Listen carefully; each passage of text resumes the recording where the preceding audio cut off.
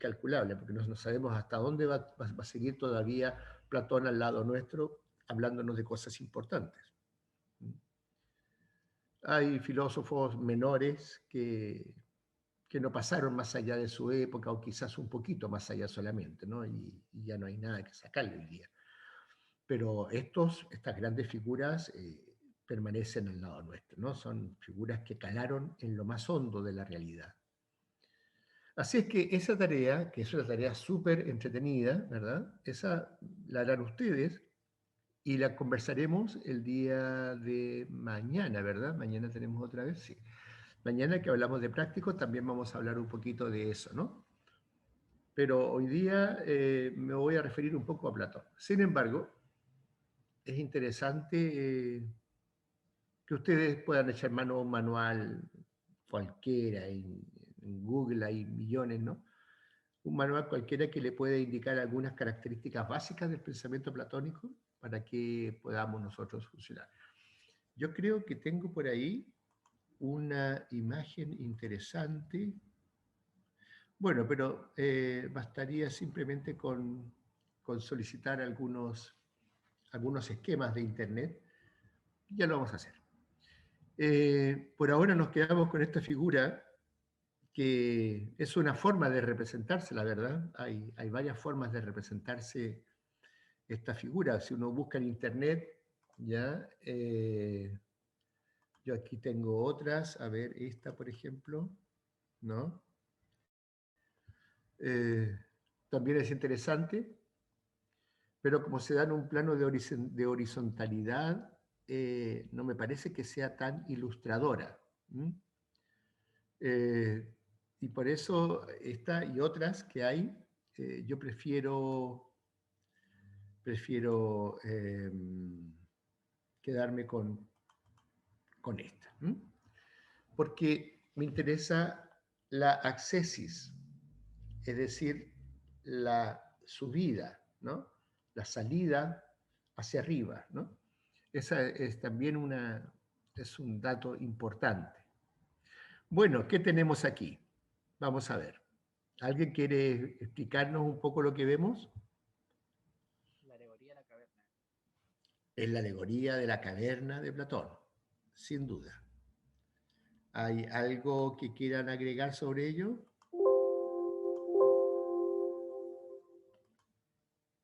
Profe, esa alegoría, si mal no recuerdo, mencionaba que la sombra que se veía era la realidad, porque solamente podían ver la sombra, no podían ver lo que había detrás. Entonces no podían Exactamente, imaginar lo que había afuera. exactamente. Es decir, las personas están aquí abajo, encadenadas, ¿no? No pueden ni siquiera mirar hacia el lado, solo pueden mirar hacia adelante. Y lo único que ven desde que han nacido son estas sombras sobre el muro, ¿no? Estas sombras, porque hay unas personas aquí atrás que llevan estas sombras, o sea, que llevan estos objetos, pero como hay un fuego allí, ese fuego proyecta entonces sobre este muro las sombras de esos objetos, generando la ilusión de realidad, una ilusión. Y por lo tanto, estos niños piensan que es la realidad. Así es que en ese sentido está muy bien. ¿Puedes continuar?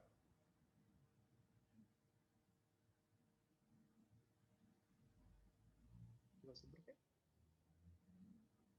¿Alguien más quiere complementar lo que estamos viendo? Sí, profe.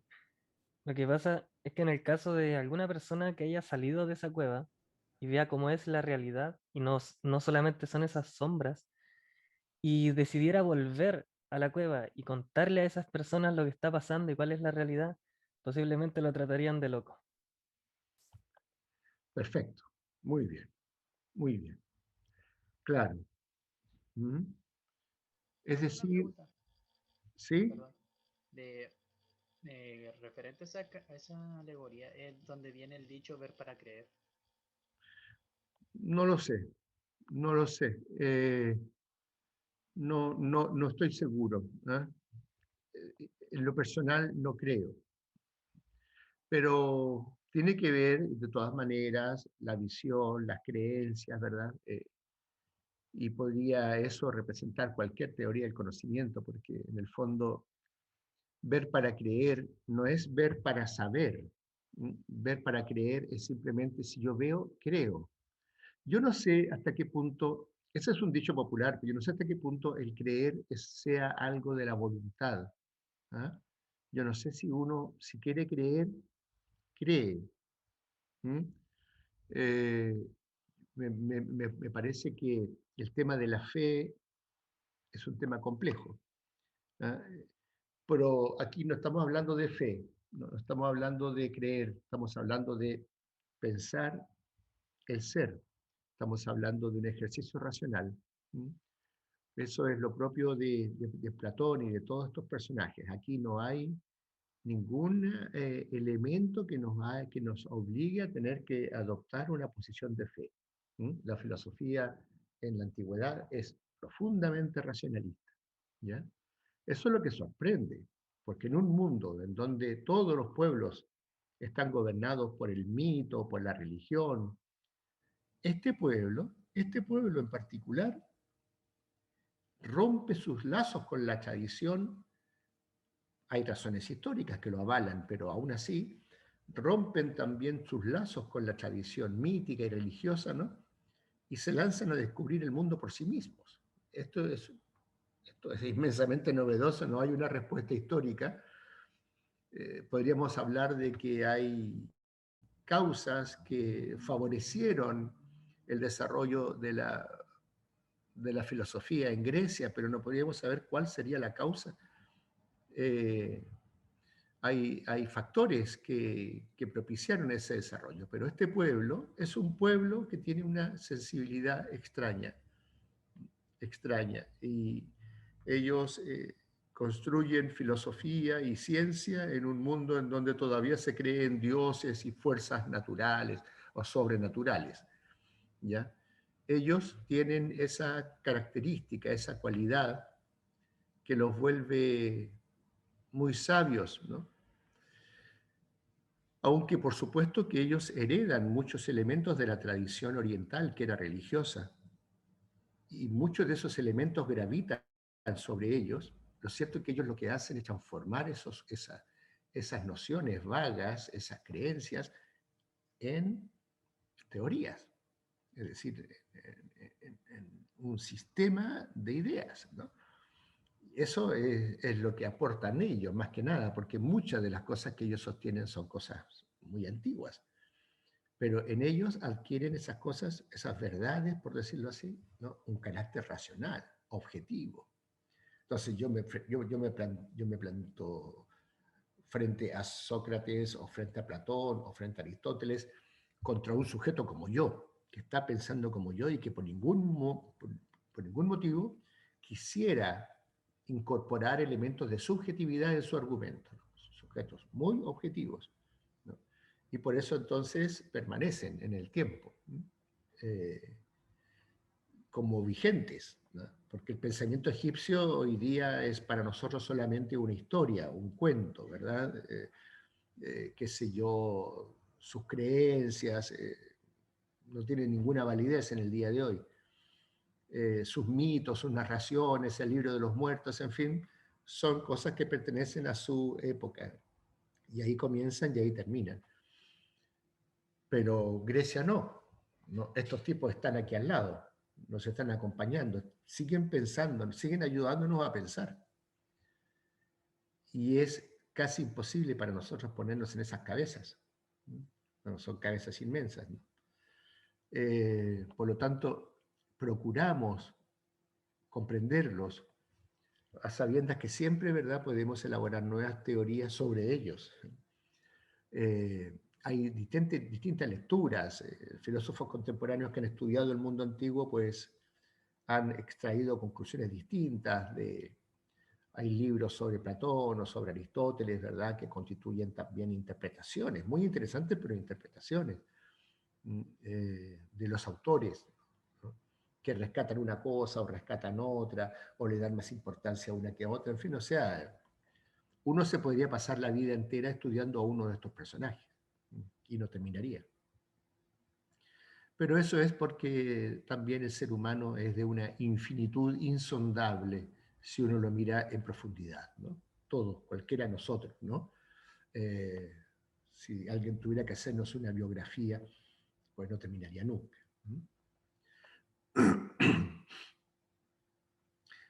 Bueno, efectivamente, ¿verdad?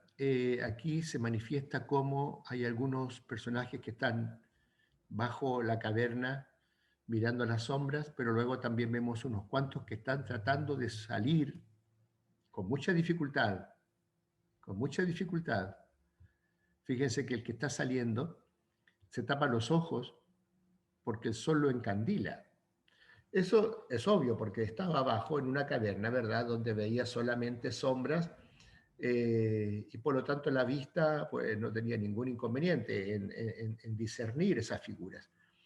Pero cuando sale y se encuentra con el sol, pues la vista no está preparada, ¿ya? Ahora, cuando yo digo la vista, digo dos cosas, ¿verdad? Digo la vista física, pero digo también la dificultad que consiste en superar el mundo de las apariencias que está aquí abajo, ¿ya? Para ir a la verdadera realidad que está allá arriba. Con todo, ¿verdad? Haciendo un gran esfuerzo, suben a la superficie. Este subir a la superficie se llama ascesis, ¿verdad? Es ascetismo, es un camino de perfección.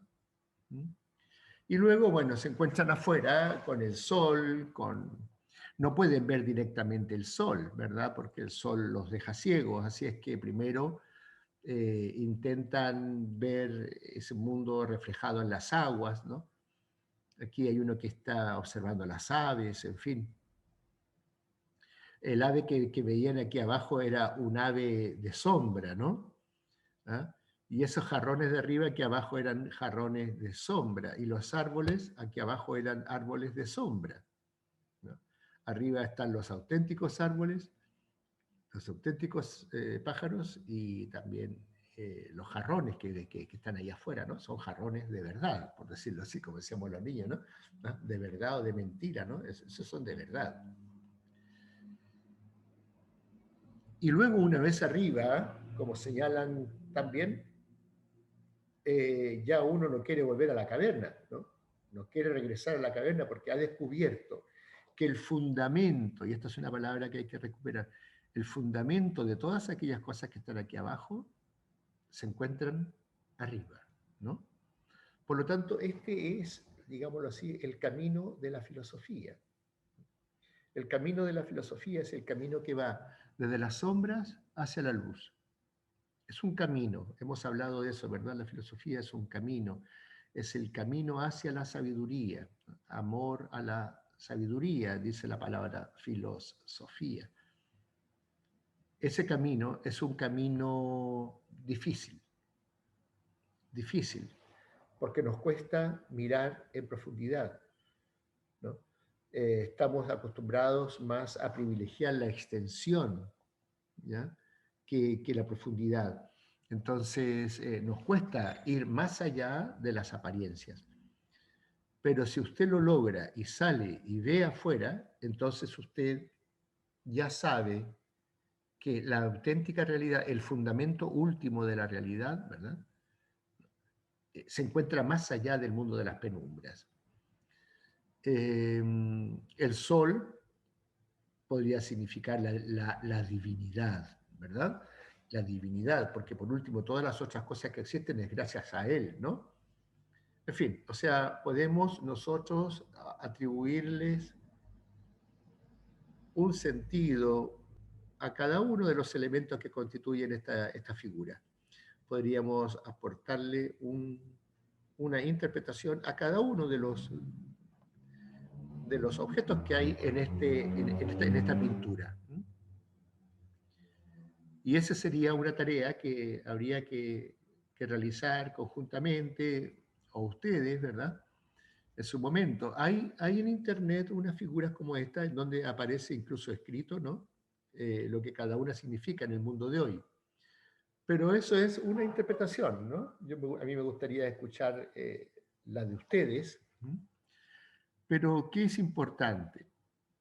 Es importante que señalemos cómo se construye el mundo antiguo y cómo ellos pueden entender este proceso de accessis, este proceso por el cual, ¿verdad?, los sujetos son capaces de transitar desde el mundo de las apariencias al mundo de la auténtica realidad, porque las personas que están abajo creen que esa es la verdadera realidad. El problema es que precisamente porque creen que esa es la verdadera realidad, no hacen nada por salir de ahí. Porque ese es el mundo para ellos. Esa es la vida para ellos. ¿Ya? Cuesta poco relacionarlo con nuestro tiempo, ¿o no?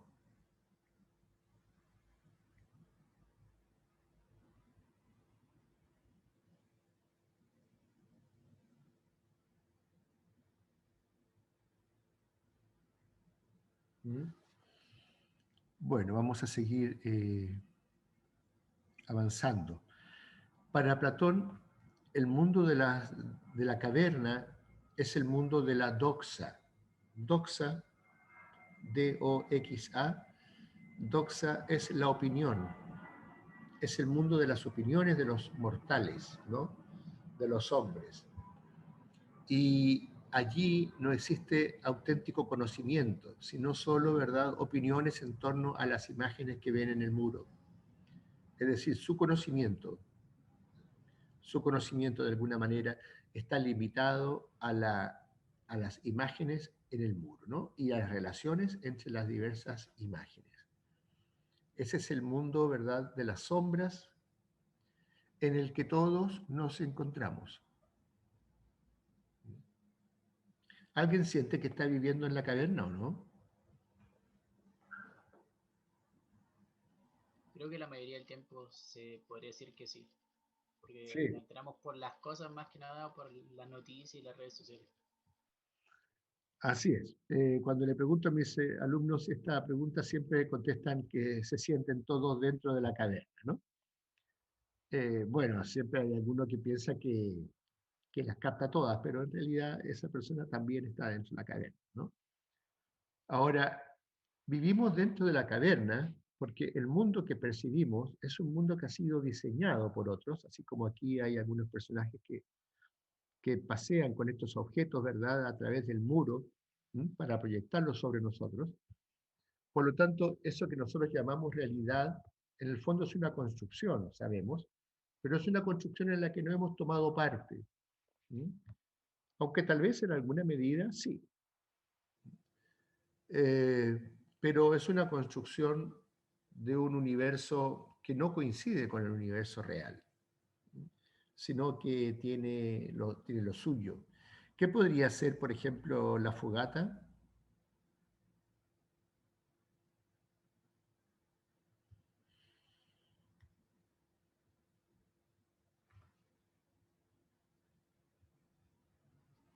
Profe, no ¿Mm? entendí la pregunta, perdón. Hay una fogata allí, ¿verdad? Que es aquella que produce las sombras sobre el muro, ¿no? ¿Qué podría ser esa fogata? ¿Cuál es el símbolo que representa?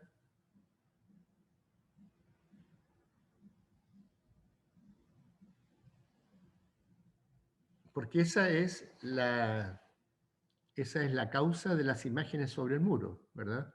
Porque esa fogata proyecta su luz sobre esos objetos, produciendo unas sombras en el muro, ¿no?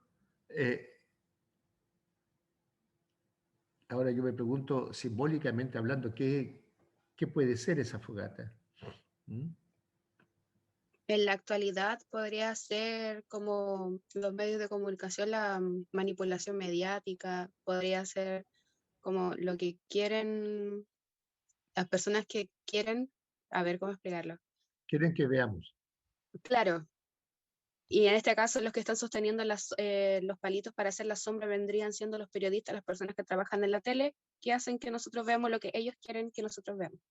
Perfecto, perfecto. Y lo interesante es que lo dijo Lo dijo con todas sus palabras. Y es efectivamente, ¿verdad? Es decir, ponernos en esa perspectiva, servirnos de Platón para usar esa alegoría para nuestro tiempo, no es un mal ejercicio porque nos ayuda a comprender que todas estas cosas que percibimos, sobre todo el sentido que se les atribuye a esas cosas, porque aquí estamos hablando del nivel del sentido, ¿no? El sentido que se les atribuye a esas cosas, los valores que entran en juego cuando valoramos estas cosas, en fin, todos esos elementos son elementos construidos. Y efectivamente, yo tendría que pensar que en nuestro tiempo son precisamente los medios de comunicación, ¿no? Aquellos que obran sobre nosotros, proyectando sobre el muro sombras en las que nosotros creemos incondicionalmente, ¿verdad? El trabajo para escaparse de ese poder de los medios es un trabajo muy difícil. ¿Mm? Por eso es interesante que, que la caverna tenga una forma de ascensión, porque no es fácil, ¿verdad? Recaemos siempre en la actitud de estos prisioneros, ¿ya? Porque esta es la actitud natural, esta es la vida natural. No requiere nada de pensar, uno ve, observa, comprende lo que le dicen, lo acepta, lo asume y vivimos nuestra vida, ¿no? Esta es la actitud natural. La actitud filosófica consiste en cuestionar todo eso. Ahora, eso es inmensamente difícil porque la, la realidad misma se encarga, ¿verdad?, de volvernos a colocar allí, ¿no? Es decir, por un momento tenemos una cierta lucidez, pero luego recaemos en las convenciones, en los prejuicios, en las interpretaciones manidas, ¿verdad? En las ideologías, ¿ya? Que no son producto de la naturaleza, sino que son construcciones humanas. Y esas construcciones, ¿quién las maneja? El poder. El poder, ¿no? Allí donde hay poder, hay control, hay manipulación. Fundamentalmente, control y manipulación de las conciencias. ¿Mm? Aunque al final también hay un control, ¿verdad?, de las acciones, ¿no? Porque si usted controla el universo, estas personas de acá, de abajo, no se rebelan, ¿no? No necesitan rebelarse. Están de alguna manera contentos porque han naturalizado su situación. La han naturalizado, ¿ya? Es decir, ha dejado de ser para ellos algo excepcional, sino que se ha transformado en lo normal, en la forma normal de vivir. ¿Mm? Así como el pez no sabe que existe el agua, digamos, porque que vive dentro de él, ¿no? Estos personajes no logran vislumbrar otra posibilidad de ser que no sea la marcada por la sociedad en la que viven. ¿Mm? Aunque los tiempos han ido cambiando, han habido épocas muy conservadoras. ¿Mm? Yo no sé si Chile sigue siendo un país conservador o por el contrario podríamos decir que está en las vanguardias. Ustedes pueden tener una opinión distinta a la mía en eso. Pero no es menos cierto que la sociedad presiona. La sociedad presiona. ¿Sienten la presión de lo social?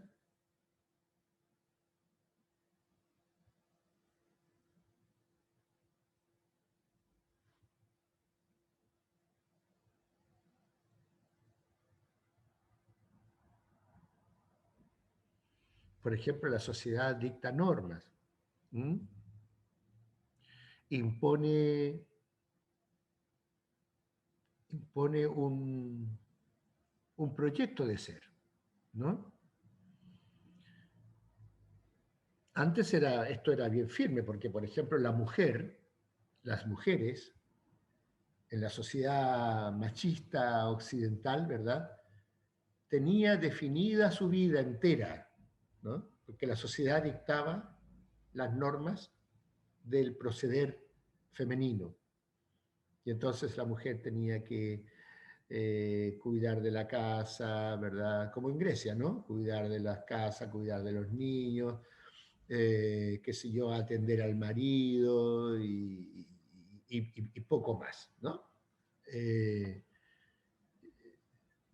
Era muy difícil, ¿verdad? En la Grecia antigua descubrir una mujer que fuese capaz, ¿verdad?, de adoptar una actitud propia del mundo varonil, aunque las hubo, ¿ya?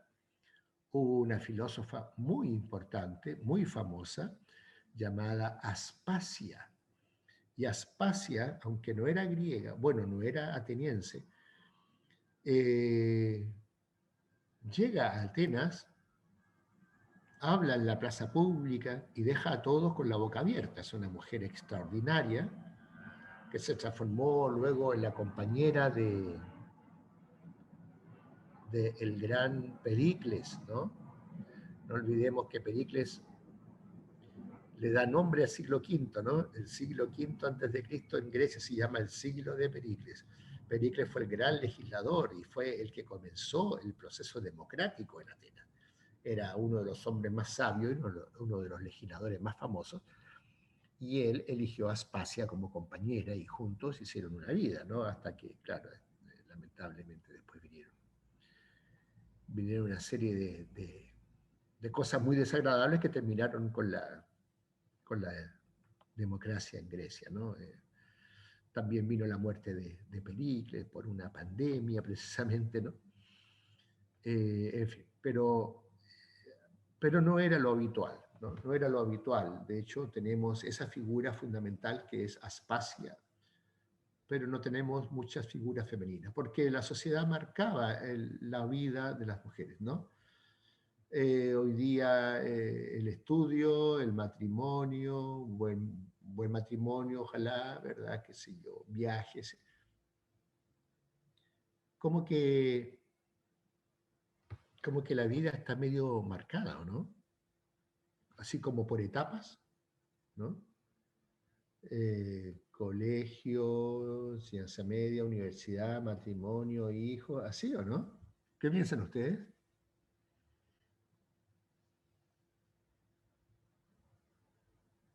Claramente eso ya no es así. ¿Ya no es así? A ver, si puedes explicarte. Disculpe, profe, ¿puede volver a decirlo? Que como que se me empezó a cortar un poquito el internet. Ajá.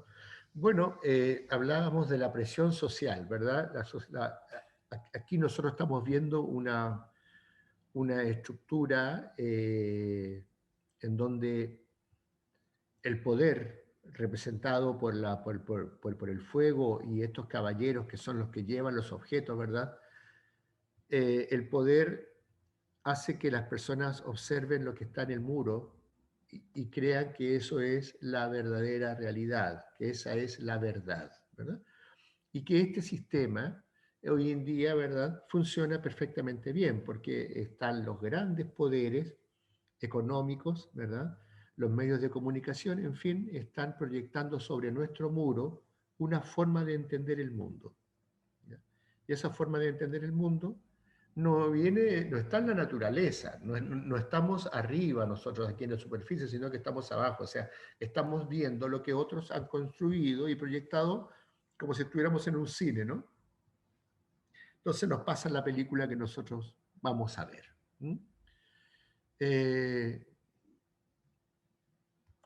Y eso significa que el poder tiene cierto control, ¿verdad? Y manipula de alguna manera la conciencia, porque te impide que puedas ver que todo aquello es una construcción, ¿no? Que puede ser cambiada, ¿no? Sino que por el contrario te somete ¿verdad? Y uno queda ahí abajo colaborando de alguna manera con el sistema, aceptando lo que les dicen como verdad, ¿no? Y viviendo felices y normales. Sin embargo, a veces sentimos la presión social, ¿eh? Sentimos que ese control, ¿verdad? Es un control que no solamente controla lo que vemos, sino también lo que pensamos, las ideologías, ¿verdad? Se apoderan de nosotros, en fin, ¿no? Así es que llegado el momento, pues sentimos la presión que esa sociedad ejerce sobre nosotros. Estos que están aquí abajo no sienten la presión de la sociedad porque están metidos dentro de ella. Están mirando lo que la sociedad decide que vean, que piensen, que hablen, en fin. Entonces ellos no notan la presión. Al contrario, quizás dan gracias a Dios, ¿verdad?, de ver todas las cosas que ven, ¿no? Pero hoy en día vivimos un siglo en donde ya pasamos por esto, ¿sí? Y por lo tanto entonces descubrimos de pronto que la sociedad ejerce una presión sobre nosotros, una presión en el sentido que nos dicta las normas, nos impone los valores, nos determina a obrar de una determinada manera, ¿sí? Es decir, posee un control sobre nosotros al que hasta cierto punto nos damos cuenta, ¿ya? Entonces la pregunta decía si ustedes sienten la presión social, sienten la imposición de normas, la imposición de valores, la imposición, pero sutilmente, pues no es que vengan a obligarle a uno, sino que lo hacen muy sutilmente a través de la tele, a través del cine, a través de la prensa, a través de qué sé yo, ¿no? De todos los medios de comunicación, ¿no? A través de la lectura. Entonces, llega un momento en que comprendemos que esa presión es normal y que la sociedad quiere lo mejor de nosotros. No hay un espacio para rebelarse, ¿no?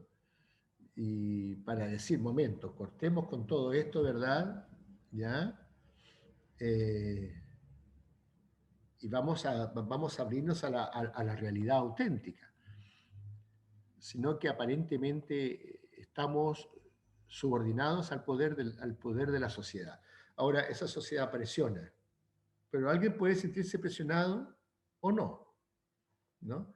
Que no se siente presionado, entiende que eso que la sociedad le está ofreciendo es la verdad, ¿no? Y es lo mejor para uno, ¿no? O puede que usted esté sintiendo la presión y ya tenga deseos, ¿verdad?, de salir de la caverna cuanto antes, ¿no? En fin, pero hablaba yo de la presión social, ¿no? Por ejemplo, hasta hace poco tiempo atrás, en los tiempos de mi abuelo ya, ¿no?, la mujer tenía un estatus ciudadano muy específico y los hombres otro, ¿ya? Fíjense ustedes en los establecimientos educacionales de La Serena. Está el Liceo de Hombres, Gregorio Cordobés, y el Liceo de Niñas, Gabriela Mistral. Liceo de Hombres y Liceo de Niñas. ¿Se dan cuenta, no? No es hombres y mujeres, ¿ya? Bueno, uno no lo nota, ¿no? Pero llega un momento en que uno dice, vaya, parece que las palabras, el lenguaje, ¿verdad?, también está haciendo su tarea en esto de la dominación, ¿no? Por lo tanto, ¿ustedes sienten que la sociedad les presiona, les ordena, les manda, les ordena en el sentido de que les ordena los valores, les ordena los principios, las acciones, ¿no? Gobierna, por decirlo así, sus vidas? Yo Yo creo que creo que sí. sí. Sí, profe, se nota bastante la verdad, Sí, ¿ah? porque lo que nos muestran los medios siempre tiene un sesgo o una orientación ideológica de las clases dominantes, como lo veo yo. de Claro, cómo debemos comportarnos, de lo que debemos comprar, de cómo debemos vivir. perfecto, perfecto. Claro, eso es porque nosotros en el siglo XX hemos pasado por tantas cosas, ¿ya? Que ya no podemos ser ingenuos, ¿no? Pero hasta hace muy poco tiempo atrás, la sociedad se sostenía, las sociedades eran sociedades conservadoras, es decir, se mantenían iguales en el tiempo por muchos años. Piensa usted en la sociedad medieval. La sociedad medieval no cambió nada en 1500 años. ¿Ya? Eh, o en 1000 años, ¿ya? Pero ya la caída del imperio ya era parte de la Edad Media. Pero imagínense 1000 años, y si usted toma a un sujeto del siglo V antes de Cristo y un sujeto del siglo XV de nuestra era y un sujeto del siglo V de nuestra era, son iguales. Son iguales. Conversan de lo mismo. Tienen las mismas cosas en la cabeza. ¿Ya? Es decir, fue como una congeladora, ¿no? 1000 años en que todo prevaleció exactamente igual. Las mujeres con su rol muy claro, los hombres con su rol muy claro, la iglesia, el poder, en fin, todo articulado de tal forma que hacía imposible cualquier tipo de rebelión, digamos, ¿no? Sino que todos vivían un poco bajo el amparo de Dios, etcétera, etcétera. Y por supuesto la iglesia usufructuaba de ese poder, los príncipes también, había que ir a la guerra de vez en cuando, en fin, todas estas cosas estaban incorporadas como si fueran la normalidad, la voluntad de Dios, etcétera, ¿no? La edad moderna es una edad en que el hombre comienza a experimentar profundas revoluciones, ¿no? La Revolución Francesa significa descubrir de pronto que esta sociedad está funcionando al servicio de alguien, ¿no? Del rey, de los políticos, de la aristocracia, del clero, en fin, ¿no? Entonces se rebelan y viene la revolución, ¿no? Y después de esa revolución vienen muchas otras revoluciones, ¿no?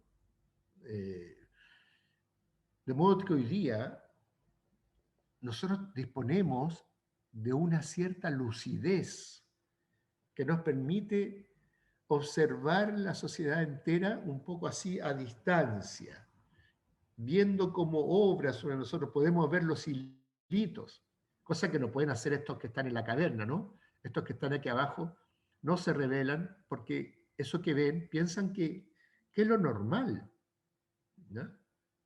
Que es lo normal, que la sociedad hace lo mejor para ellos. Por lo tanto, nosotros vivimos una época en la que hemos ido dejando, ¿ya? Esta actitud conservadora, ¿no? De fijar roles a las personas según su sexo, según su edad, etcétera, ¿no? Parece que hoy día experimentamos una mayor libertad, libertad, ¿no? Pero una libertad que se va conquistando, como estos señores que van subiendo la caverna, ¿no? ¿Ah? No es una libertad que llega así sola, no, es una libertad. Por lo tanto, más que libertad, tendríamos que hablar de un proceso de liberación. Liberación. Y es difícil porque a veces recaemos, ¿no? A veces recaemos porque todas las instituciones sociales están colaborando en esta ideología. La familia, por ejemplo, ¿no? La familia quiere lo mejor para nosotros, pero lo que nos propone es lo mismo que nos propone el poder. Porque la familia, con todo el cariño del mundo, entiende que lo mejor para nosotros, ¿verdad?, es tener una carrera universitaria, poder no ser parte de esa población, qué sé yo, marginal, ¿verdad? De modo tal que te van impulsando, digamos, a cada uno de las etapas, ¿no?, de la vida. Y uno cuesta rebelarse, ¿no? Por ejemplo, antes era como medio sagrado, así, la mujer iba al matrimonio, ese era el camino de la mujer, ¿ya? Y el hombre, el poder, la política o la guerra, ¿no? Obviamente que esa normatividad social hoy en día está profundamente cuestionada. ¿Mm? Ya no pertenece a la esencia de la mujer casarse y tener hijos. ¿O sí? ¿Qué piensan ustedes? Hoy en día, profe, ¿Sí?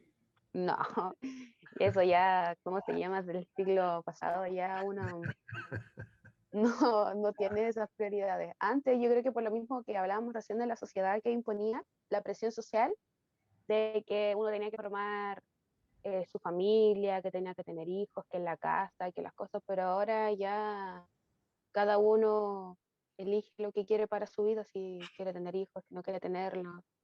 No es como algo primordial para los jóvenes hoy, para la gran mayoría. Perfecto, perfecto. No, exactamente, así es ahora la cosa, ¿no? Pero aún así, somos parte de la sociedad, ¿verdad?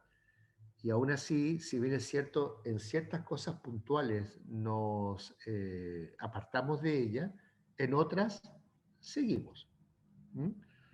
Eh, Salvo que nos vayamos a otro lugar, a otro mundo, a otra cultura, pero mientras estamos acá, después cuando nosotros seamos padres y tengamos hijos, ¿qué le vamos a enseñar a nuestros hijos?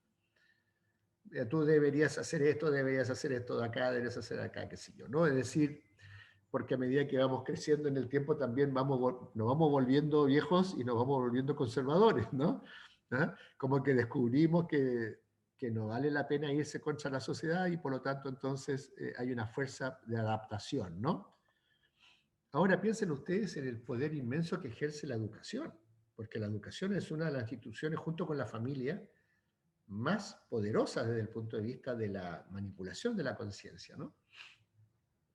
Del dominio de las ideas. Entonces, yo veo, por ejemplo, que la educación sigue muy de cerca las pautas sociales, ¿ah? Que imponen los gobiernos, que imponen, qué sé yo, la clase política, ¿no? Eh, Nos enseñan a adaptarnos a la sociedad, ¿o no?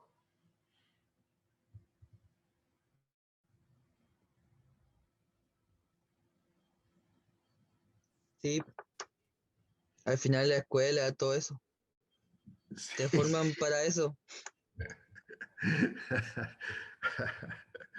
Obviamente. Y los profesores mismos son muy conservadores, ¿no? ¿Eh? Salvo el profesor de filosofía, que es medio loco, ¿ah? Que no necesariamente constituye un ejemplo. El resto de los profesores suele ser muy adaptado socialmente, ¿no? Entonces, eso no se hace, eso no se dice, tiene que ver fundamentalmente con que tú sigas la línea del sistema, ¿no? Al final termina siendo un ejemplar perfecto del sistema. ¿Mm? En cambio, una educación liberadora que enseña que cada cual tiene que determinar su propia vida, incluso teniendo que trascender, ¿no? Qué sé yo, todas las imposiciones para alcanzar tu felicidad, por ejemplo, ¿no? ¿Ah? Pero que seas tú, no yo el que te diga cómo vas a ser feliz, sino que tú seas capaz de descubrirlo por ti mismo. Esa tarea es una tarea que no la veo mucho ni en las escuelas ni en la universidad, ¿no? Al contrario, veo que todo se va por el lado del mercantilismo, del exitismo, de la competitividad. Los estudiantes compiten entre sí, cosa que jamás pasó en mi época de estudiante. Eso no existía en mi época de estudiante, ¿no? Hoy en día, por el contrario, somos todos competidores aguerridos, ¿no?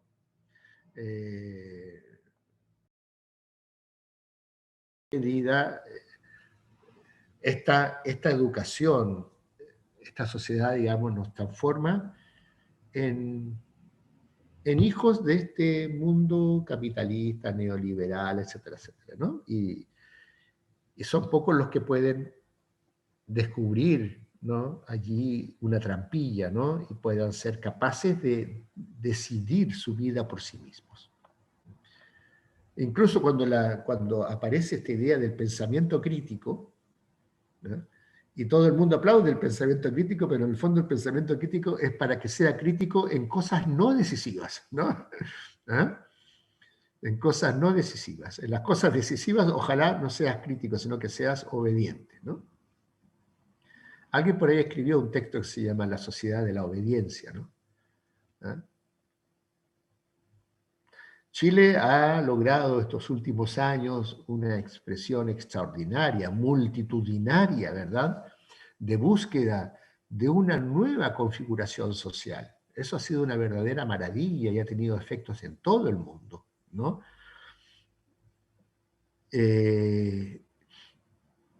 Y creo que hemos sido ejemplos también para muchas sociedades, ¿no? La forma como aquí la gente, ¿no?, la sociedad entera se levantó, ¿no?, para hacer prevalecer otros valores. Y estamos en ese proceso, es un proceso que va a durar, ¿verdad?